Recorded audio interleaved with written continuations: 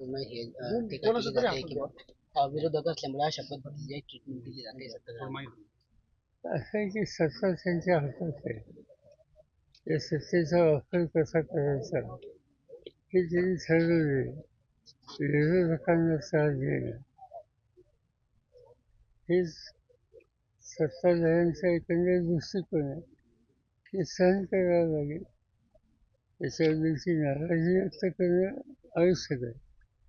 सामान्य लोकांनाही कळते, पण सामान्य लोकांना या पद्धतीची वर्तणूक विरोधकांना दिली जाते ही पसंत होईल असं मला वाटतं. पण याचा फायदा होईल महाविकास आघाडीला?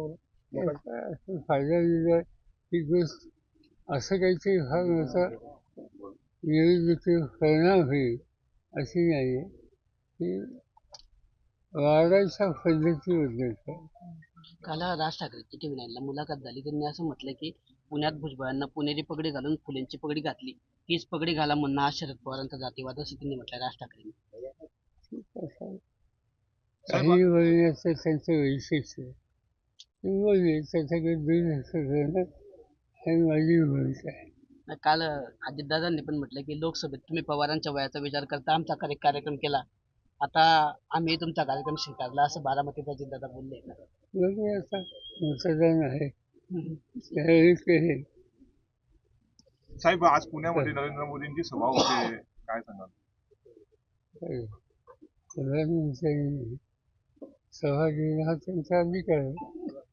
त्याच्यात काही फारसं लक्ष द्यायची गरज नाही. एक गोष्ट लक्षात घ्या की लोकसभेच्या निवडणुकीच्या काळामध्ये प्रधानमंत्री काही 16 वेळेला महाराष्ट्रात आले होते आणि महाराष्ट्रात जिथे जिथे आले त्या 16 जागांपैकी 12-11 जागेवर त्यांचा पराभव झाला. त्यामुळे ते अधिक येतात ही चांगली गोष्ट.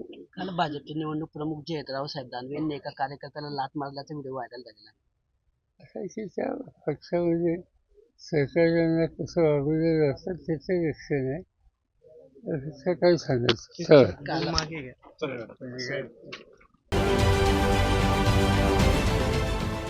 देश विदेशातील प्रत्येक घडामोडींचे लाईव्ह अपडेट मिळवण्यासाठी आता साम टीव्हीच्या सर्व सोशल मीडिया प्लॅटफॉर्मला लाईक, फॉलो आणि सबस्क्राईब करा. तसंच सर्व नोटिफिकेशनसाठी बेल आयकॉन प्रेस करायला विसरू नका.